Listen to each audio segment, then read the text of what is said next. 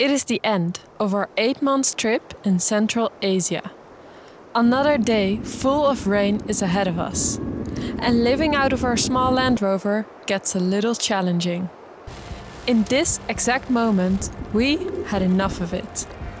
We'd love to continue traveling full time, but a little more comfort would be nice. This is cool, huh? Yeah. Can't we write them an email? Dear Alu-cab, please help us getting out of our front seats. And so it begins. We have 6 weeks to transform this simple Hilux into our dream off-road camper. We worked full time with a lot of small victories and big changes. But it was not always fun. This is Louis and the building our dream rig.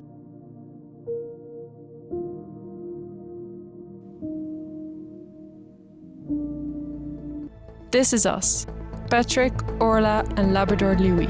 The past 8 months, we traveled all across Central Asia in our small Land Rover Defender 90. If you like our travel adventures, make sure to subscribe to our channel. After crossing the border, we immediately picked up our Toyota, which we bought online. And it's quite different from our Land Rover.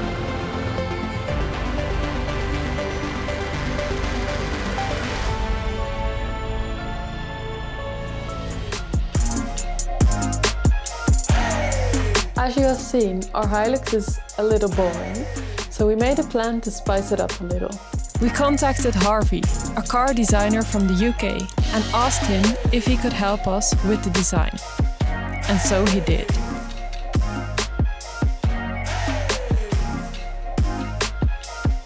All right, we're on our way to pick up the Hilux. Yay! I'm really excited to see the end result. And in the meantime, I went to the barber. It's really beautiful. Wow! Heel nice. Tuurlijk. Yeah. Happy with the end result? Yes. Really nice, huh? Yeah, echt nice.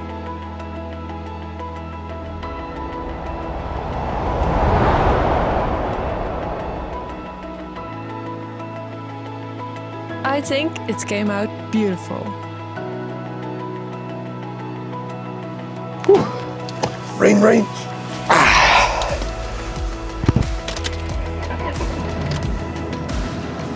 We had a long drive ahead to Genesis Import in Germany.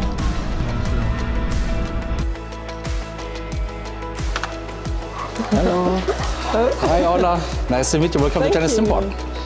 Just follow me. We're going to a workshop. I'll show you where the magic happens. Cool. This is the headquarters of Alu-cab in Europe. So, come in. Yes. Whoa, it's big, huh? Yes, this is our workshop.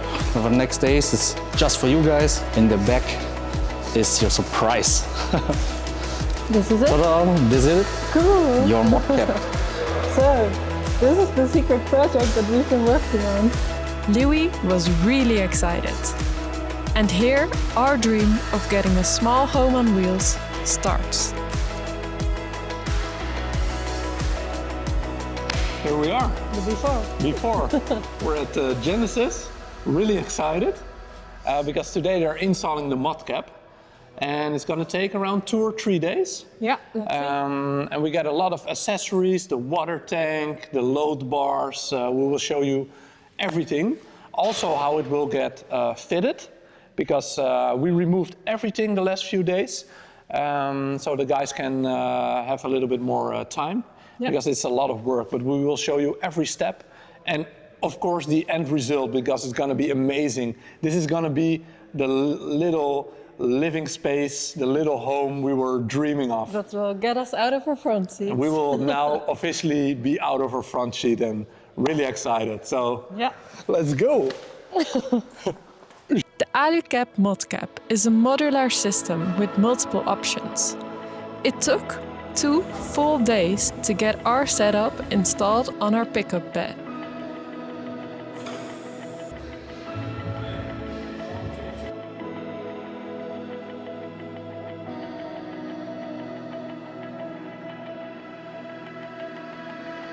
And then it looks like this.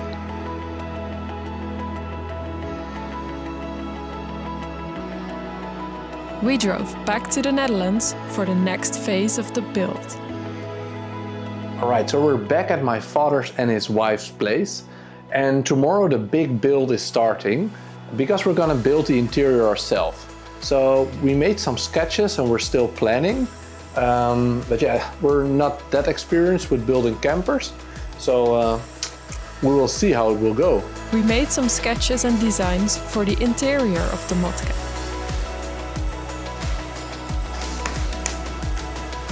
So the camper, the canopy now is totally empty.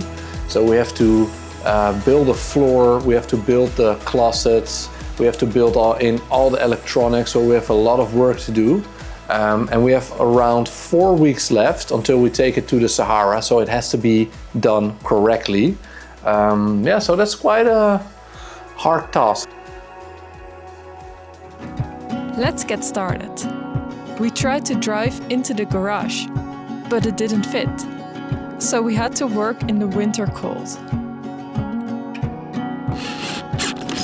We started with the floor. We drilled holes into the bed to secure strips of wood as a foundation.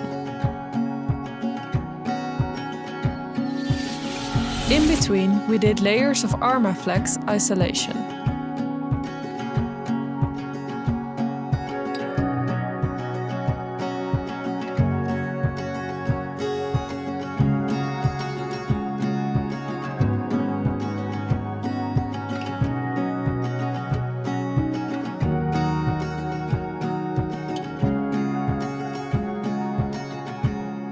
And then we made a wooden floor of 15 mm multiplex and drilled it into our foundation.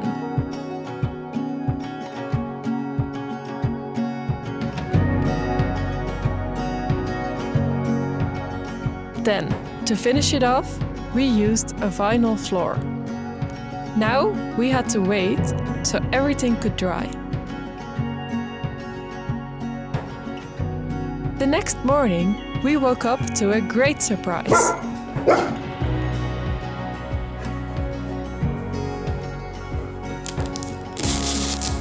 Our RedArc electronics system arrived. We unpacked everything and already did some preparations for what will come next. But more on this later. First, finish the furniture. So these are already the prefixed cables from the Alu-cab. So all the cables for the lights, the USB ports, what do we have more? Brake light, also important. So this is what is going onto the RedArc. And this is the solar cables. Alright, this is the next morning and the glue has dried. And you see the floor, it's beautiful, huh? Yes, I love it. And now with aluminium, we're going to build the cabinets. So we made the wooden base where we can screw them on. And then we're going to make 2 benches from aluminium. It's called aluminium extrusion profiles. It's a little bit like Lego, huh? And then yeah, we're gonna build 2 benches. So that's it.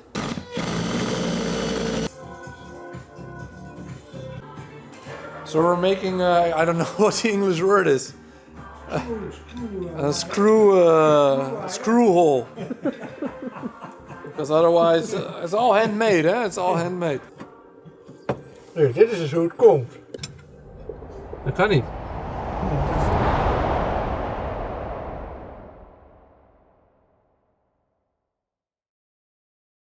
Okay, so we made 2 aluminium frames for our little benches.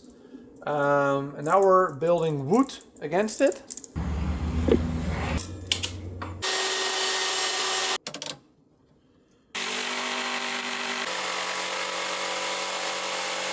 So one bench is almost finished. And you can see here the structure with the aluminium profiles. And it's really solid, especially with the wood.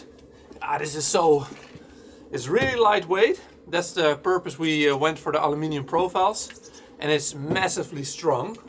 So now we're making the latch. Is it a latch? It's a latch, yeah? Is it a wedge, a ledge? The What is lid. it? Huh? So now we're making the lid. And then we're making the second one.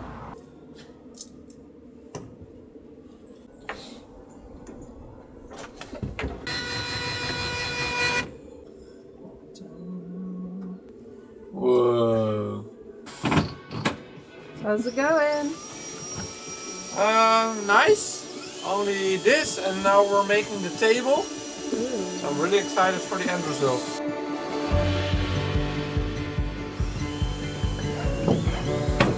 Whoa. Nice, huh?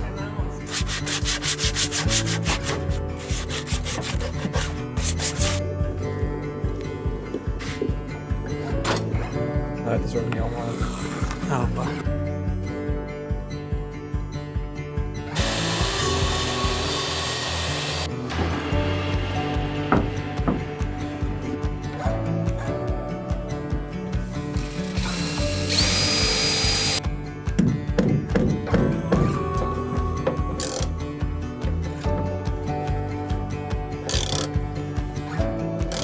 done. Ready.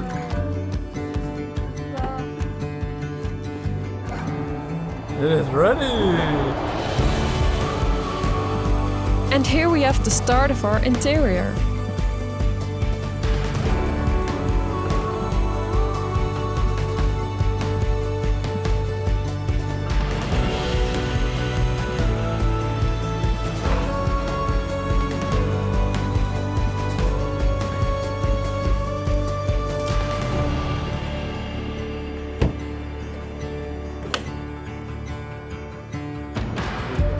We painted everything in a nice light color so Louis can make it dirty really quick.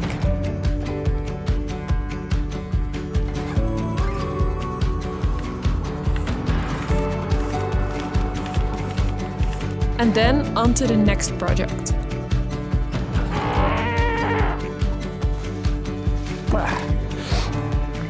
Okay. That's number 2. All right. It's the back seat. So we're here today at Tom's place, and together with Tom, we're going to make the back seat platform. So we removed all the seats, and now we're building the platform. It's gonna be amazing for the fridge, for Louis.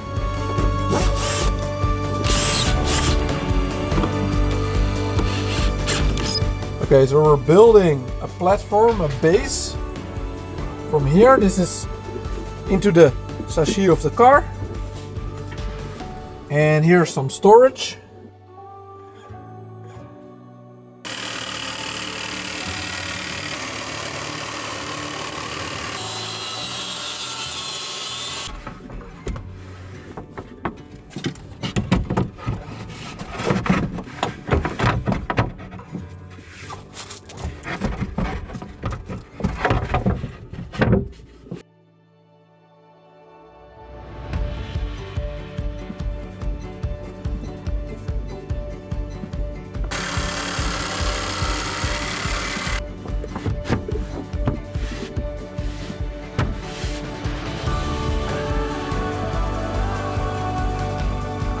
Netjes, hè?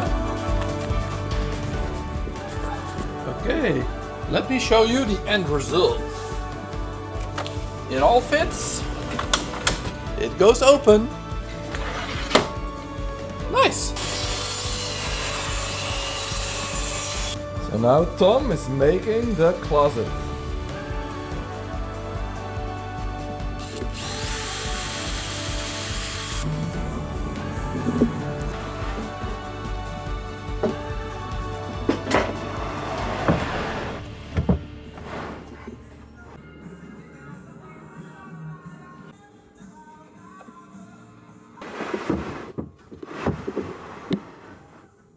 We have a nice place for Louis and some extra storage.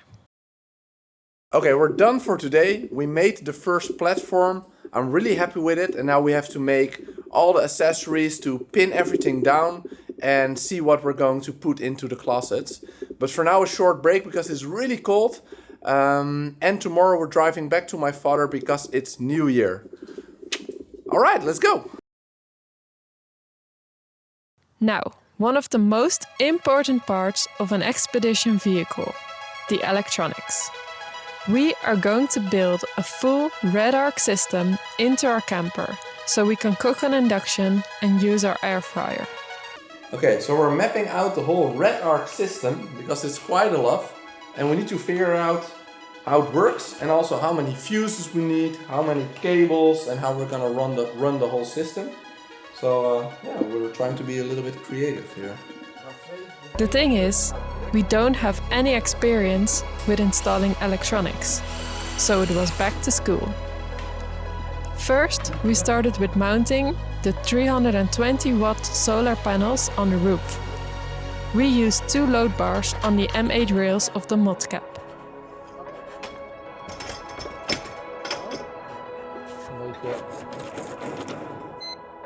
Gaat hij al? 52 volt geeft hij al.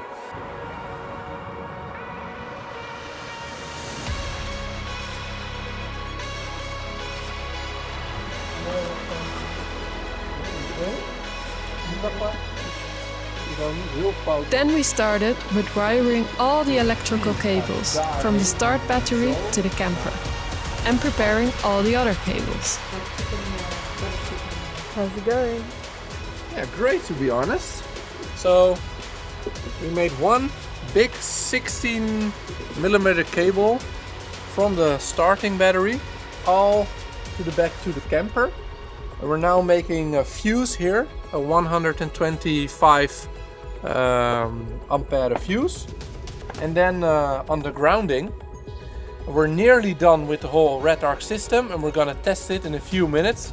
So really excited if it will work or not. Why are you laughing, man? I'm not a joke. At the same time, Yolanda helped us with sewing the cushions for the interior.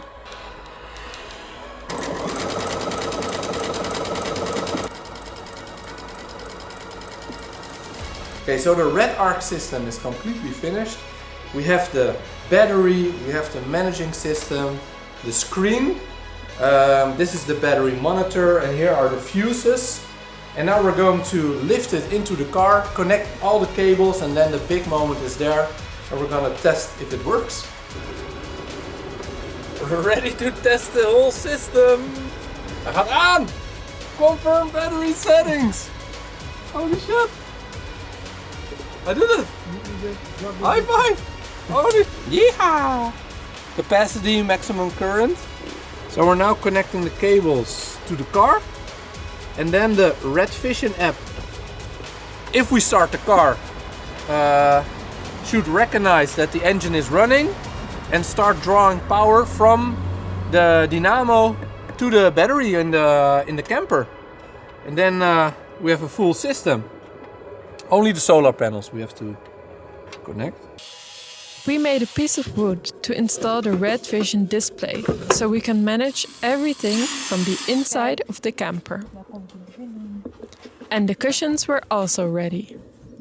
Slowly, our ModCAP is transforming into a small home. The whole thing. We calculated exactly how much we needed, and now we have a holder. Dat is echt gewoon, ja, maar dat is veel te dun. Veel te dun. Veel te dun is het nou moment.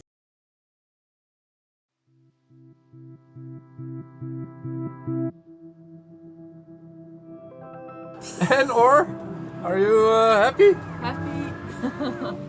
What a work. In the meantime, RedArc noticed Patrick was always wearing the same hoodie, so they sent over a new one. And they delivered a new 150 ampere-hour battery.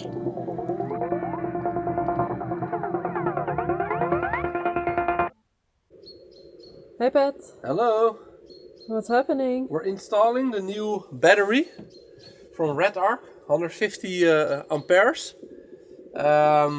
So we put it here with the manager system and connecting everything now, and then we will run some tests.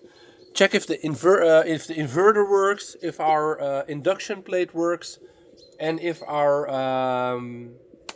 air fryer works. So we're really excited.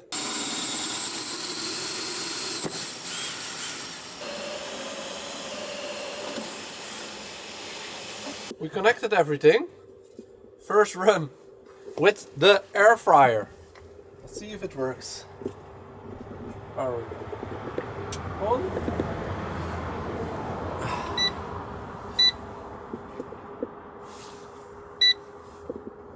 Okay.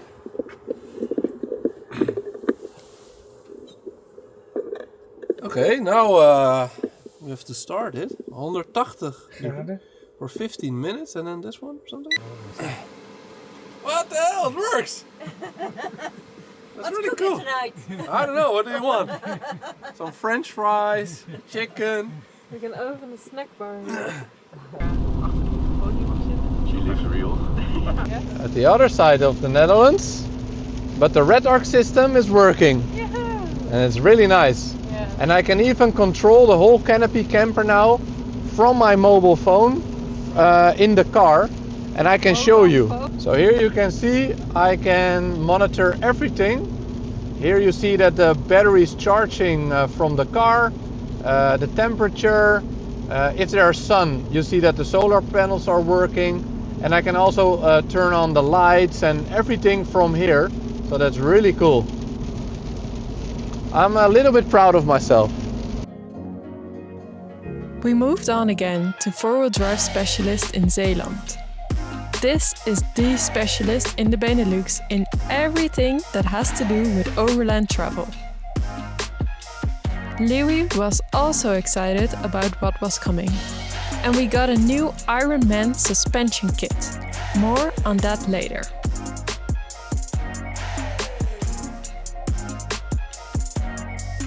Diff breeders were installed.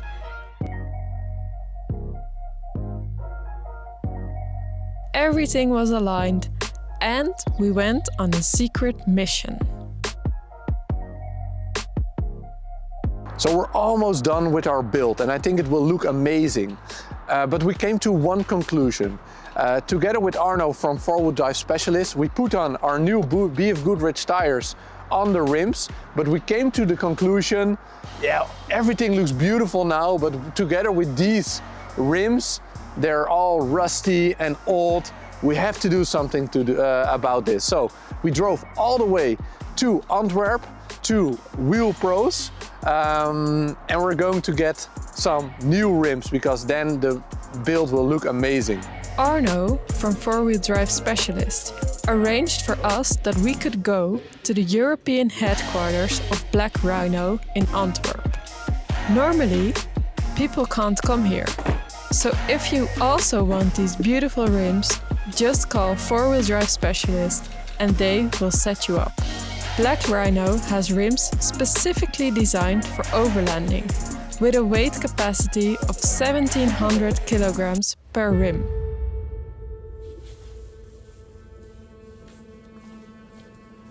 In between, we had another project. I made a plan. Okay, so Project Starling. For the people that follow us for a long time, maybe you remember this is the result from our Tajikistan adventure because the cable broke. So in Tajikistan we met someone who could fix our Starling cable, but as you see it's a little bit of a mess now, and now we want to permanently mount it on the roof. So we made a plan here, and we're going to try and make the Starling permanently on the roof with magnets, so we can also take it off if needed. So yeah, that's the project of today. Do you remember in Turkey?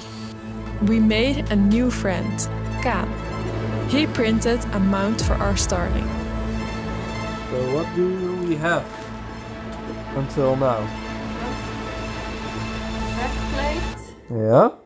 and magnets. Yes. And now we are going to mount the mount from Sheld Yeah. onto the backplate. Yes. And then we put iron plates. These on the aluminium, and then it should work, right? Yeah.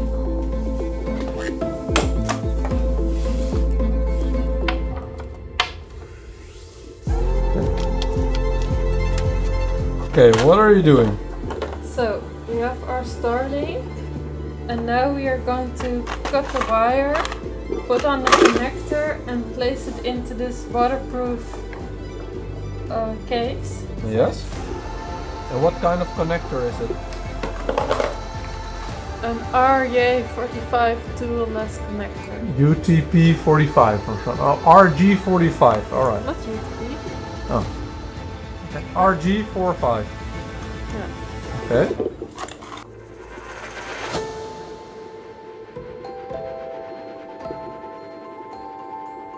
Okay, so we connected all the cables. Now we're waiting. See if it works. Huh? Or not? Yeah. I'm not sure. The rest was not filmed. So, we worked all day. What is the conclusion? Starling is broke. Are you still excited about building our dream overland rig? It's just not worth the stress. I think we tried everything, connecting cables, disconnecting cables, connecting it again, and I think it's just broken. Nothing goes easy. And now we are deciding, do we spend the money on a new Starling? Or money for traveling. Yes, but if we don't have Starling, we cannot upload this video. So then you will not see this. This was Louie and the Rover. Thank you for your support over the past few years. We're out. Of course we're not. It is already looking like an expedition beast, right? After. Yes. Are you ready for the new rims? Yes. Getting rid of the rusty rims. From Huh? Rusty to Rhino. First, we changed the tires. BFGoodrich KO2 265/70 all-terrain tires. Yesterday was not one of our good days. Nope. Yeah, the Starlink, it's dead. We cannot get it working anymore. No. And our friend from Turkey, Kaan, if you've seen our video, he made a 3D printed mount for our Starlink. Yep. And got it all the way to Holland to us. And now we cannot use it anymore. So sorry, Kaan.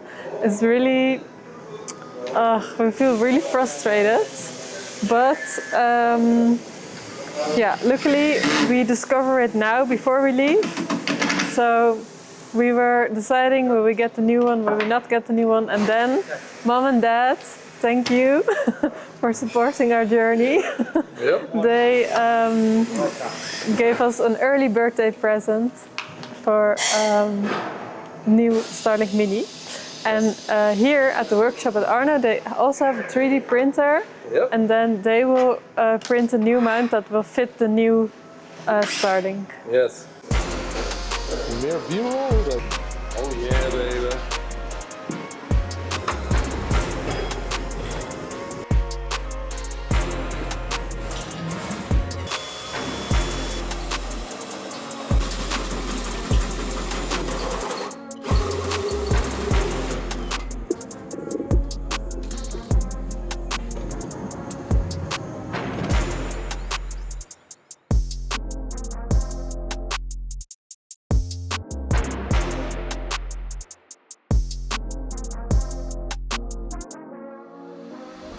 So here we are with our new Starlink Mini. Yay! And we're going to mount it onto a plate, and the plate is fixed with magnets on our roof. And we have a mount. And we have a new 3D printed mount. So some things you definitely should not try yourself and you should leave it to the experts. So what are the things on a Hilux that you would recommend that you should do before going on adventure? When you go off-roading or you plan an overland trip is suspension. Suspension. Good suspension is key. We have a lot of different shock absorbers for this car. It's gonna be, when it's ready, a heavy car. We choose Foam Cell Pro. Okay. Foam Cell Pro is the strongest shock absorber I know. It's completely from steel, it's adjustable, and we choose the spring. And we always choose the spring, depends on the weight of the car. So when we going to mount a bumper and a winch, we choose a different spring than we only put a winch. We choose for a Foam Cell Pro shock absorber because that shock has a lot of oil inside. So the time before it's warm, it's take a lot of time. The original shock has gas inside. Oh, it's different. Yeah, it's different. So when the shock is moving, the oil is moving into the foam here on the sides. And because there's no gas inside, the temperature of the shock is lower. Ah, okay. And you have more comfort.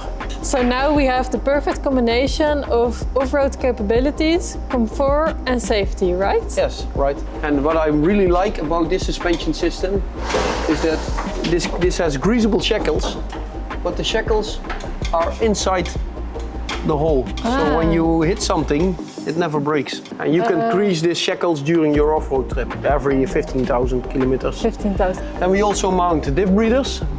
Oh, what are diff breathers? A differential need to breathe. Okay. When it works, the air needs to go out. And normally it's on this height, but when you make a water crossing, and in time, the original breather get filled with some sand and mud, and then it stays open. So it's possible that your axle is coming full of water. That's what you don't want. So that's the reason we changed the diff breathers into a new line, and that we bring to the front of the car. And in the front of the car we have the breathers. So And do you recommend this for every overlander? yeah, it's very cost effective. And when the differential gets water, yeah, you have so many problems, cost so much money that it's just a small Investment. investment. Yeah. What did you do under the hood? Fitted an extra fuel filter. This car has a Euro 6 engine. And yeah, when you go to Africa, it can happen that you have bad fuel, bad diesel, or diesel with a lot of water inside. So this fuel filter has an extra water separator. You have an extra fuel filter. So first you have the big filter, and afterwards you have the original filter. Okay. So you can filter more diesel. So here we have the Ironman snorkel. Yeah, we fitted a snorkel. When you do water crossings, it's necessary to fit a snorkel. And also for the dust, most of the people buy the snorkel for water, but take fresh air as high as possible. You have less dust, and yeah, your filter keeps clean. We replaced the bumper for a full steel bumper. When you go off-roading with a plastic bumper, normally the corners break. Because they're lower They're to the low. ground. Yeah. So now the angle is big, so you don't have a lot of damages on the bumper, and yeah, it's steel, so Yeah. it can happen something. Yeah, when you replace the bumper, it's always important that you really look to the cooling the car needs. So the car needs air because it needs to work hard. Then Patrick could finally work close with a real mechanic. And it was almost midnight when we sat down with a beer.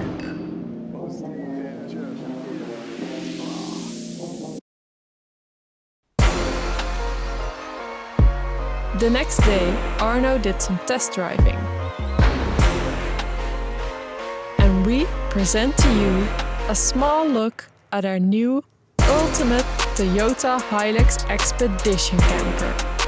Ready to drive from Paris to Dakar. And don't worry, we'll give you a full, detailed walkthrough very soon.